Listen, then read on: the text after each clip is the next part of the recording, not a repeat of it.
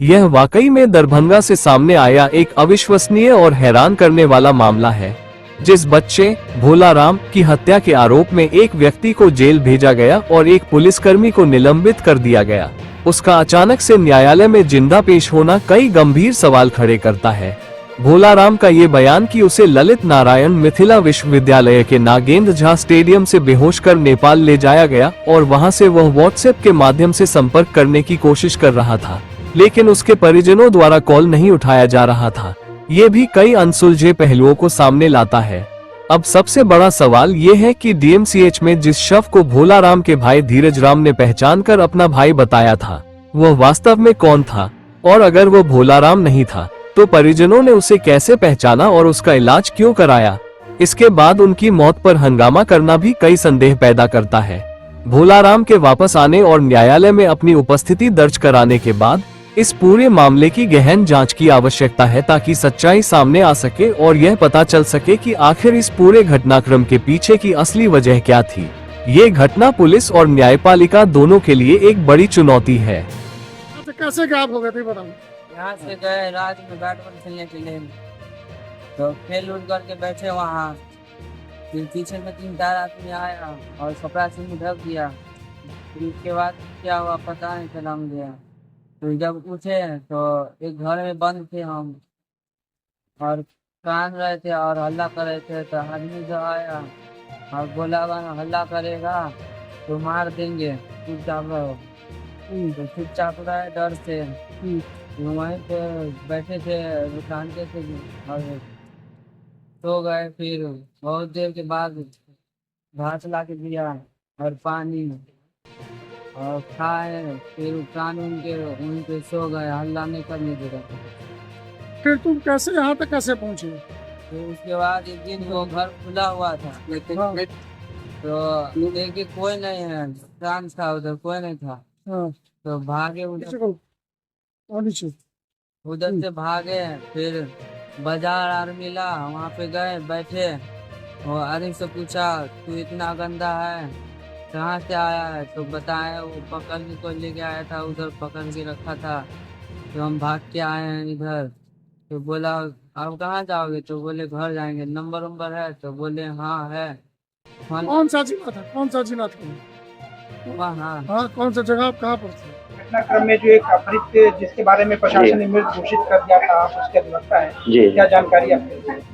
मुझे आज मैं 10 बजे जब कोर्ट आया तो एक क्लाइंट आया, बोले कि सर जैसे से बात है, तो आज से करीब 2 महीना पहले 8 फरवरी की बात है, जो मेरा भाई अब गुम हो गया था, तो जिसके लिए मेरे पिताजी के द्वारा मब्बी थाना पे एक गुमशुदगी का मुकदमा दर्ज कराया गया। लेकिन पुलिस के द्वारा मब्बी थाना के द्वारा लापरवाही के कारण जो है उसको मुकदमा दर्ज नहीं करके बल्कि सना दर्ज कर दिया गया। उसके बाद वो काफी दिनों तक खोजबीन किया। खोजबीन के क्रम में उसके पास से, उसके भाई के पास से एक अज्ञात फोन से कॉल आया कि तुम्हारा भाई जो है मेरे पास है, तुम 45,000 रुपया भेजो तब हम तुम्हारे भाई को छोड़ेंगे। लेकिन इस बात का फिर वो उसके द्वारा पुलिस को बोला गया, लेकिन पुलिस के द्वारा उस पर कोई कार्रवाई नहीं किया गया। फाइनली फिर के कुछ दिनों के बाद पता चला कि अललपट्टी गुमती के पास कोई अज्ञात लाश मिला है। उस अज्ञात लाश को डीएमसीएच ले जाया गया, जहाँ पर जो है उसके परिजन को बुलाया गया और जबरदस्ती उससे पहचान कराया गया। जैसा उनके परिजन का कहना है, जो वो उस समय भी डीएनए टेस्ट की मांग कर रहे थे, जो नहीं ये मेरा भाई नहीं है, ये मेरा भाई नहीं है, मेरा फैमिली मेंबर नहीं है, जो आप इसका डीएनए टेस्ट कीजिए। लेकिन उसमें कहा गया कि नहीं, अगर आप इसको रिसीव नहीं करोगे तो मैं इसको अज्ञात घोषित कर दूंगा। तो फाइनली उन लोगों को क्या किया, उसको उस बॉडी को लोग रिसीव किए और दाह संस्कार किया। और उसी दिन 1/3/25 की बात है, तो उसी दिन डीएमसीएच में, जहां परिजन का कहना है, जो वहीं पे एक व्यक्ति के द्वारा आवेदन तैयार किया गया और उनसे सिग्नेचर करा लिया गया।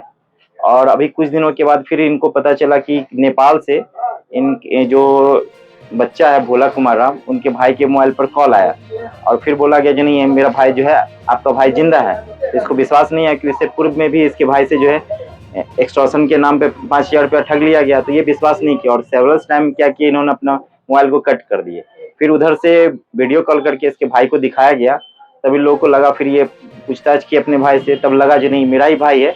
तो फिर ये लोग जो है नेपाल गए और नेपाल में एक जगह है, वहाँ पर जब वहाँ से लोग रिसीव करके लाए, पूछताछ करने के बाद लगा जो नहीं इन्हीं का भाई है। तो फिर ये आज आके कोर्ट में हमसे संपर्क किए, हमने इनका सारा डॉक्यूमेंट देखा, इनका आधार कार्ड, जो 10th का सर्टिफिकेट था वो, और भी डॉक्यूमेंट देखने के बाद हम लिखा हुआ डॉक्यूमेंट उनका आधार कार्ड था, और ये जो एफआईआर किए थे वो पोस्टमार्टम रिपोर्ट वगैरह था, जिसमें भोला कुमार राम का पोस्टमार्टम था, मृत्यु प्रमाण पत्र था, जिससे लगा देखने से स्पष्ट है कि भोला कुमार राम मर गया है।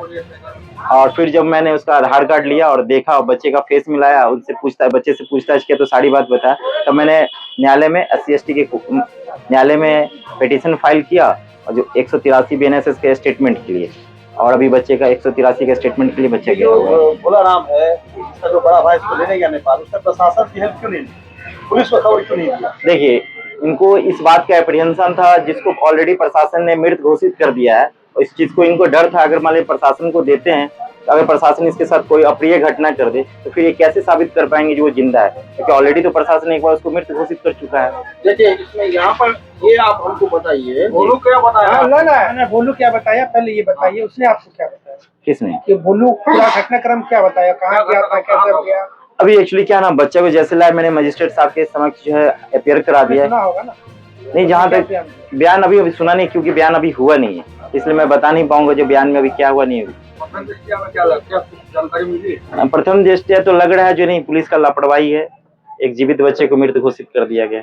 आपने कहा है कि उसके पीड़ित ने, परिवार वालों ने कहा कि पुलिस ने जोर जबरदस्ती से जी कहा कि ये तुम्हारा ही है, अगर नहीं मानते हो तो इसको हम अज्ञात घोषित कर देंगे, लावारिस लाश घोषित कर देंगे। यहाँ पर ये पॉइंट बनता है कि परिवार वाले लाश को शिनाख्त करके लड़का बनाया और फिर दाह संस्कार किया, तो क्या ये आम जनता इस तरह से कर सकता है? देखिए, एक्चुअली उसमें क्या, जो लाश था, जो परिजन का कहना है, जो उसका जो चेहरा था वो चेहरा पहचान में नहीं आ रहा था, और जो लाश का जो जिस तरह का जेस्चर पोस्चर था और ये जो लड़का है, दोनों का जेस्चर पोस्चर सेम ही है।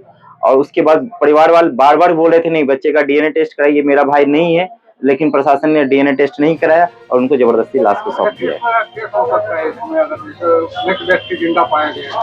देखिए, इसमें प्रशासन की लापरवाही है, प्रशासन कोर्ट के द्वारा प्रशासन पे कार्रवाई किया जाएगा। जो आपके द्वारा गलत व्यक्ति का जो आप लाश यहाँ पे कर दिए, आप उस व्यक्ति के बारे में सोचिए, जो आखिर किसी न किसी का तो पोस्टमार्टम हुआ है, प्रशासन यहाँ पे डिले करे, प्रशासन को इस बात का जांच करना चाहिए, आखिर वो बच्चा कौन है। कानून की दृष्टिकोण में भोलू राम का क्या हो सकता है, ये बताइए। अभी हम लोग तो ये साबित करने में है जो भोला कुमार राम जिंदा है, बस यही हम लोग न्याय का गुहार लगा रहे हैं, जो भाई भोला कुमार राम जिंदा है, उसे जिंदा कर दिया है। मेरा नाम मुकेश कुमार राय हुआ है। क्या नाम है? मुकेश कुमार राय।